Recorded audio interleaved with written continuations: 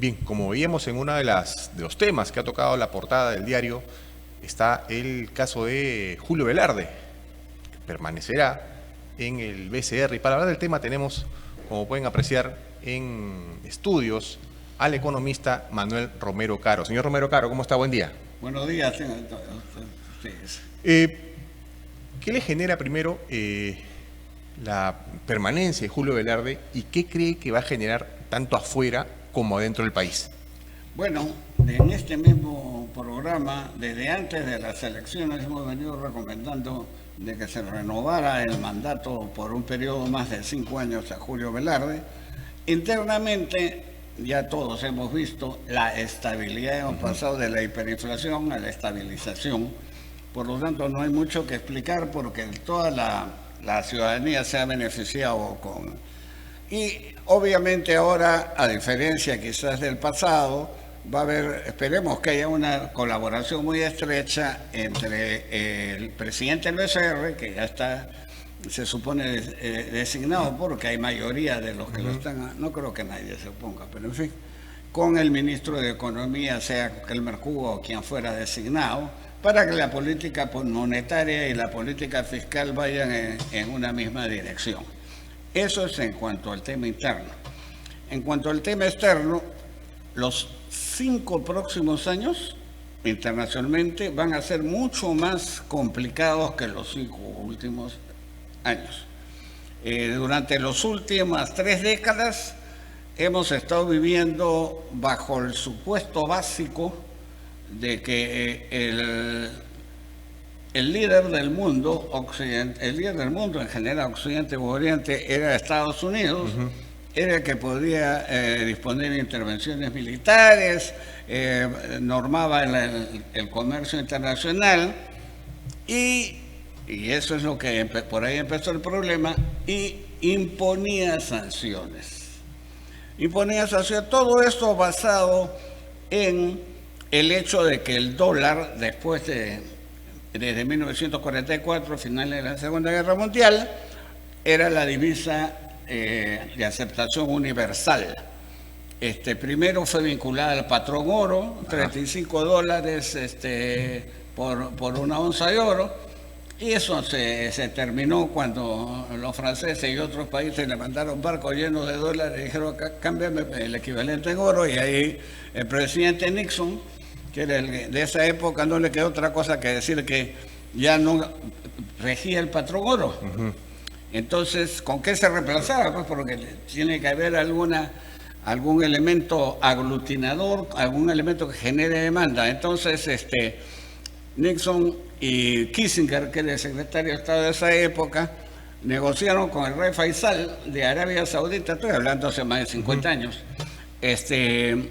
y llegaron a un arreglo mediante el cual Estados Unidos le vendía protección y le vendía armas, y Arabia Saudita lo que hacía disponía que solamente el petróleo se podía negociar, comprar y vender con dólares. Eso hacía que todo el que quería comprar petróleo, que era el commodity más vendido, tenía que acumular dólares y generaba una gran demanda. Esa demanda ha estado vigente durante 5 décadas. El contrato era de 50 años, bueno, terminaron los 50 años hace unos meses, hasta que se negoció entre comillas, porque la realidad ya se ha negociado en plena guerra de Irán. Entonces se ha visto de que Estados Unidos no podía defender a Arabia y a los países del Golfo cuando no podía ni defender las bases militares en el Medio Oriente, porque lo primero que hizo Irán fue atacar con estos misiles de nueva tecnología que no han podido igualar el Occidente, Estados Unidos concretamente. Entonces lo primero que hicieron fue liquidaron las defensas, los sistemas de defensa que tenían las bases militares, y ahí ya, bueno, a partir de ahí se han quedado, entonces al no poder defender, no había contrato, pues, no había quid pro quo. Entonces, ahora en junio, Arabia Saudita ya suscribió un acuerdo por el cual la protección se la brinda pues China y Irán, etcétera. Entonces, ya no se va a negociar en dólares americanos, sino se va a negociar o en renminbi, que es la moneda china, o yuan, que es lo mismo, o rublo, o la moneda hindú, o una moneda especial que se va a crear y que están detalladas en un anexo del contrato que todavía no ha salido a publicidad. Claro. Entonces, si el dólar deja de ser esta moneda o esta moneda de cambio universal, viene una nueva, esto también genera cambios a nivel de negociación de países. Digamos, si el dólar ya no es la moneda tan fuerte que era antes, las inversiones vienen ya de otros países también, ya no solamente Estados Unidos. Ahora, este gobierno que empieza Keiko Fujimori, digamos que tuvo un respaldo durante las elecciones del embajador de Estados Unidos. No va a ser muy fácil desmarcarse de ahí tampoco, ¿no? No, no es que vaya a desaparecer el dólar, no. China no tiene aspiraciones de decir se acabó el dólar, ahora viene el yuan o el renminbi, no es así. China está en otra cosa, ¿no? Sí, China lo que quiere es que haya una alternativa. Ajá. Bueno, es que también tiene sus activos y pasivos, sí es el único, ¿no? Ajá. Le genera un déficit fiscal. Ahora, dicho sea de paso, ese déficit fiscal y es el hecho que Estados Unidos tenga esa facultad a costa del resto del mundo, le ha generado un costo de vida y una serie, ha financiado las guerras, con el nivel de costo de vida superior. Entonces, al acabarse esa situación, que todavía supongo que están negociando ya los detalles, cómo es el pase o la apertura, ya de hecho, el yuan, y ahora va a salir el yuan digital, y otras monedas están negociándose ya hace años. Uh-huh. Y también Estados Unidos ha perdido su categoría de guardián del mundo. Claro, ¿no? Es verdad. Ya, no desde ahora, ya desde... El punto de inflexión psicológico se dice que fue cuando abandonaron Afganistán. Uh-huh. 20 años estuvieron en Afganistán y casi de la noche a la mañana llegó un nuevo presidente, buenas noches los pastores, y se desentendieron. Entonces la gente puso atención y dijeron, bueno, ¿por qué no me pueden hacer a mí la misma, no? Ya después vino la guerra de Gaza y después vino la guerra de Ucrania, la guerra de Irán. Entonces, ya la guerra de Irán ha demostrado las cosas sí, crudamente. Entonces, vamos a ver cómo se desenvuelve. Ahora, aterrizando esa situación en el Perú, ya sabemos que hay un claro enfrentamiento entre Estados Unidos y China, siendo la cabecera de playa, pues, el megapuerto de Chancay. Ya hemos oído, el embajador americano se pronuncia el lunes, miércoles y viernes en contra, el martes, jueves y sábado también. Entonces, ¿qué es lo que sucede? Ya China ha tenido una serie de gobiernos de izquierda, desafortunados gobiernos que empezaron con Humala. Humala, que nos paró la inversión minera empezando por Conga y nos clavó dos proyectos que han sido una desgracia y que generan gran parte de los problemas que tenemos ahora. El primero es la nueva refinería de Talara, uh-huh, que nos está costando, y todavía nunca termina de cerrarla, pero estamos en más de 6.000 y pico millones de dólares. Y la otra fue el desafortunado gasoducto sur peruano, ¿no?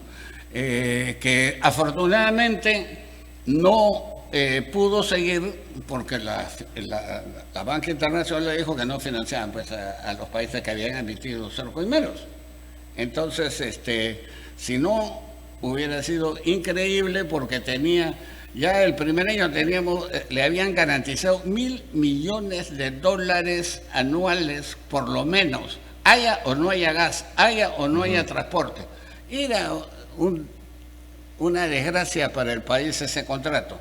Pero lo verdaderamente de Ripley es que los factotums, los que impulsaron estos dos proyectos y el bloqueo de los mineros, ahora son a los que se les consulta cómo salir del despelote que nos dejaron. Entonces, bueno, eso también supongo que cambiará. Claro, ahora, el que pasemos de un tiempo largo de izquierda a un gobierno de derecha, que es Keiko Fujimori, también va a influenciar en el tema de inversiones, cómo nos van a ver. Y usted mencionaba, no hemos tenido tanto tiempo de gobierno de izquierda y China ha ido entrando con fuerza al Perú. Creo que es el que más se invierte en el Perú. ¿Cuál va a ser la postura de Estados Unidos, cree usted? Bueno, un poco para ubicarnos, ¿no? China es el primer socio comercial y el mayor socio de 120 países.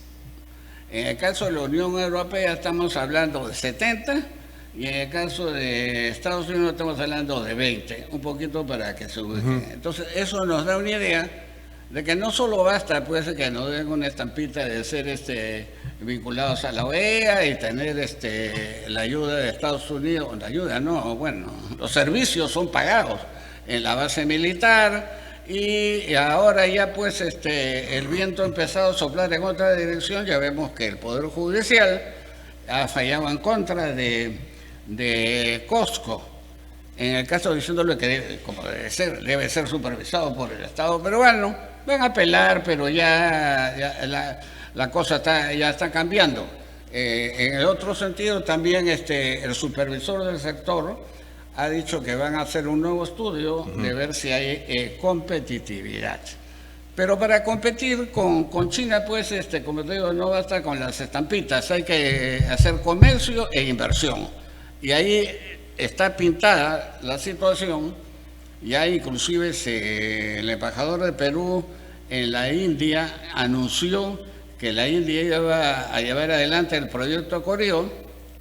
Me parece que le costó el puesto porque a las 2 semanas ya fue cambiado. Sí. Pero bueno, es una idea que sería espectacular. Firmar de una vez el acuerdo comercial con India y que se haga cargo de Corio, obviamente con el apoyo de empresas privadas norteamericanas que están en la zona, o sea, el más grande gestor de activos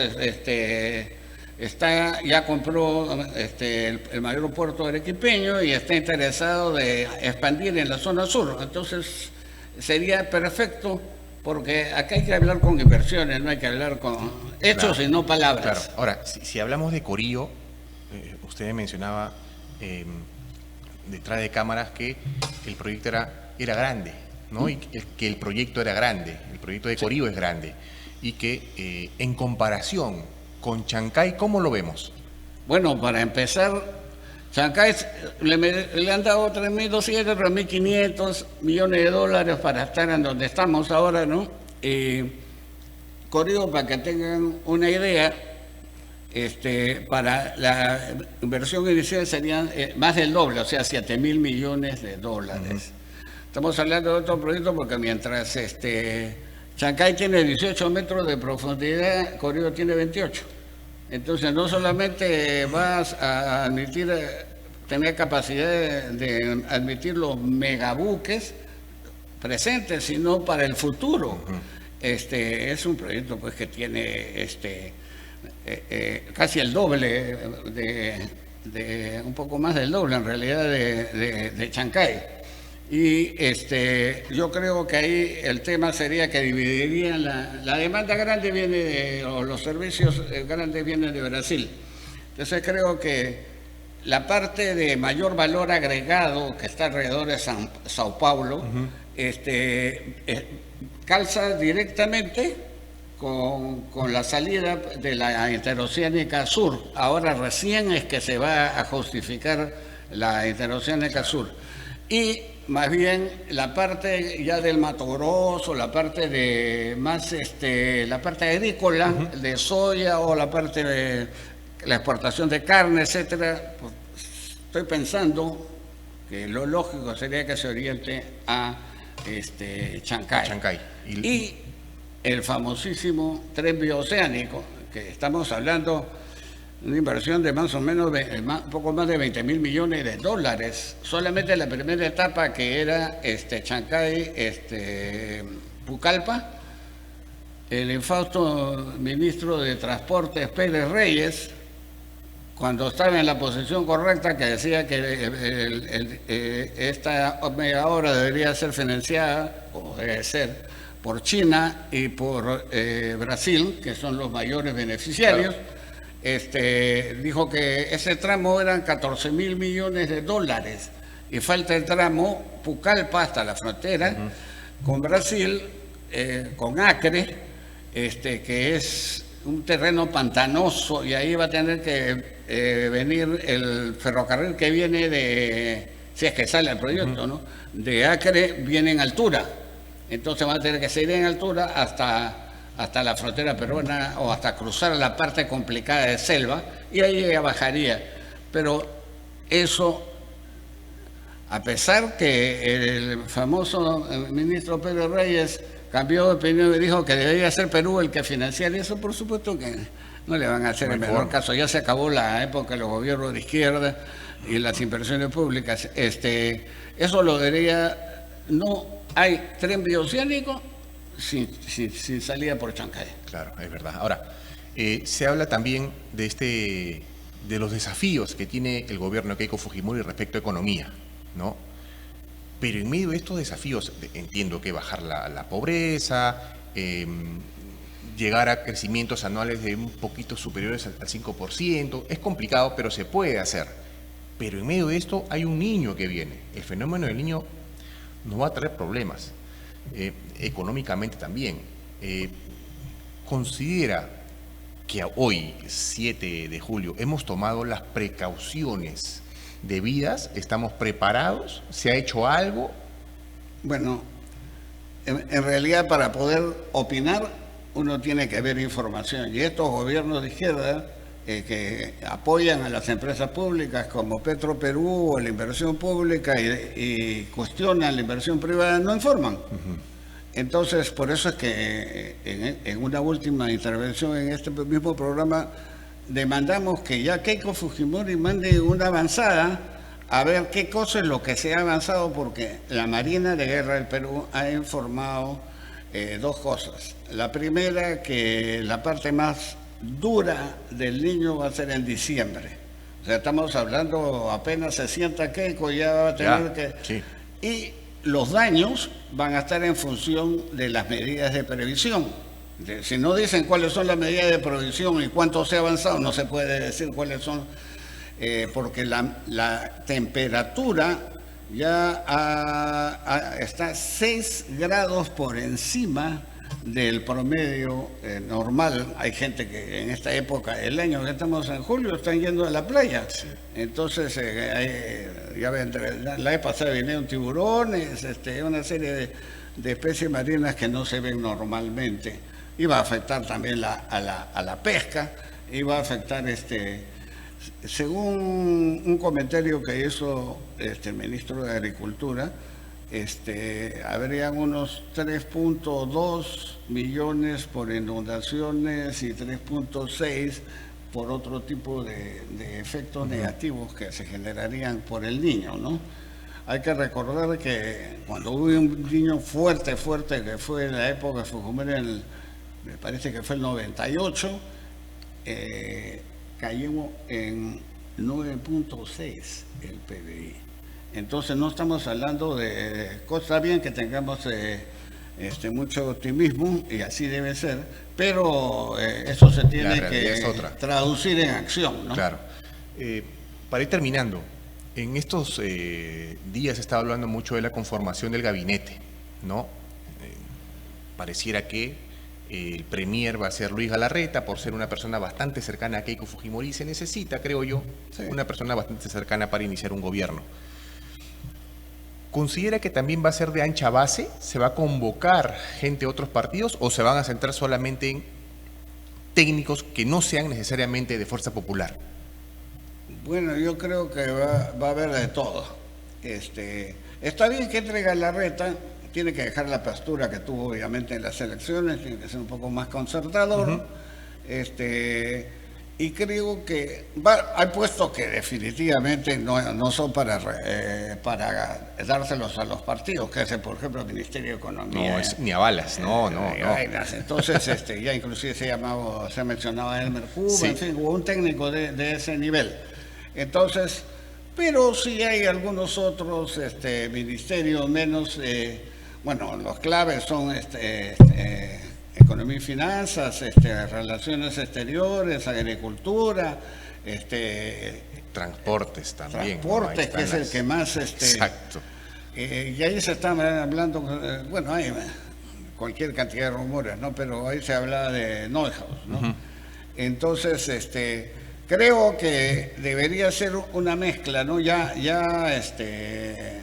el izquierdista aceptó su derrota y ha formado un bloque con Belmont y con López Chau. Con López Chau. Entonces,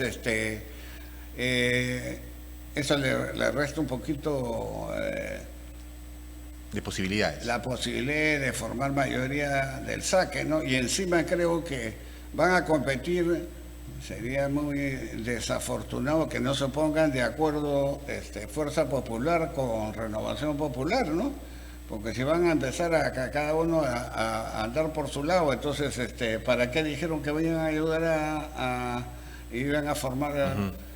No tiene, sobre todo, ahora Keiko está al otro lado de la vereda. De la vereda y supongo que estará cruzando las manos para que la oposición no se porte como se portó ella. Claro. Entonces esperemos que sea así. Al menos empecemos por Renovación. Con Renovación creo que le falta un voto para tener mayoría en el Senado. Y en realidad lo que define es el Senado. Porque sin el Senado pueden aprobarla en diputados, pero no aprueba el Senado. Entonces es clave tener mayoría. Le falta uno, bueno, no sé. Nunca faltará uno de López Chau o uno de Obras que lo convenzan y se pase. Claro, o del partido del buen gobierno, ¿no? Que está, digamos, que es que va a inclinar la balanza finalmente, ¿no? Ese lo veo que quiere estar con Colón, pero sin las carabelas. Así que esperemos pues de que ahí se tiene que ver pues las facultades negociadoras de Keiko y de Galarreta. Ya han estado en la banca, sobre todo Keiko, ya pues ahora vamos a ver, y tiene a su favor pues esperemos a Estados Unidos y esperemos sus empresas y sus inversiones. Japón también se ha mencionado.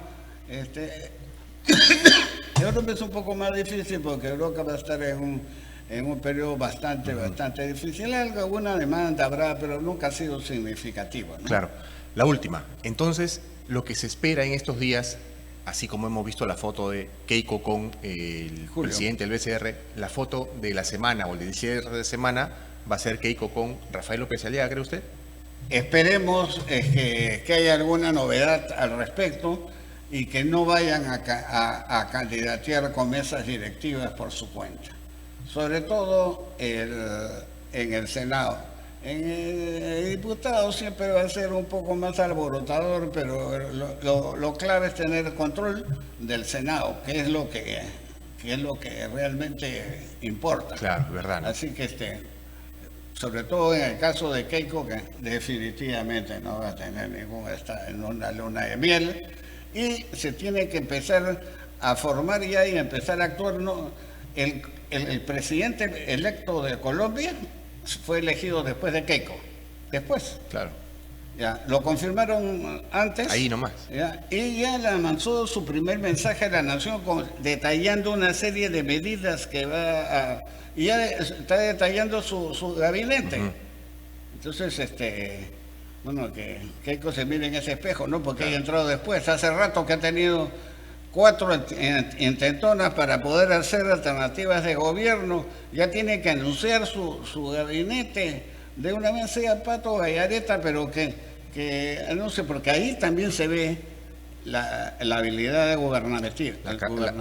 Claro, ¿no? La capacidad que tiene para llevar el diálogo y jalar y tratar de estar en medio de todo lo que se va a encontrar, ¿no? También, ¿no? Ahí se va a ver el talante. hay una serie de bombas de tiempo, ¿no? Empezando por Petroperú. Dice Petroperú, ya la etapa en que que vea chequera abierta para Petroperú se va a avanzar, y no solamente hay que reestructurarla, sino lo que hay que empezar es a limpiar, porque una serie de mentirosos. Ya la última mentira ha sido, para variar, que las pérdidas no eran X, sino 2X. Entonces, y sigue la misma rémora de gente que ha estado a cargo de la refinería de Talara. Entonces ahí es donde empiezan de una vez, entran reestructuración de personal, de una vez han postergado la venta de activos. Tenían una serie tienen un departamento en Payardel y en San Isidro, y tienen 12 en un condominio en el norte del Perú. Parece que se dan la gran vida, ¿no? Entonces ahorita se están diciendo, pero todas esas cosas de una vez que las ejecuten, ya el gobierno actual ya no actúa, ya es lo que los americanos llaman un lame duck government, ya no un pato cojo, ya no gobierna. Claro. Entonces que empiece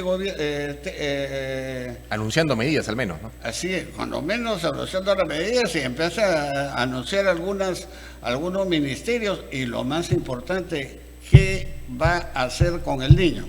Claro, eso es importante. ¿Qué han hecho? ¿Qué le han dejado? Sí, ¿y qué va a pasar? Porque eso no espera. Sí. Ya viendo la alerta que el punto más fuerte no va a ser el verano, va a ser el diciembre. Claro, hay que estar preparados, y esperemos que las nuevas autoridades se pongan las pilas de una vez. Señor Romero Caro, ha sido un gusto tenerlo en estudios. Y lo mismo para ustedes, y les deseo toda la suerte del mundo al gobierno que entre, y que la oposición esté a la altura de las circunstancias también. Importante eso también, la postura de la oposición.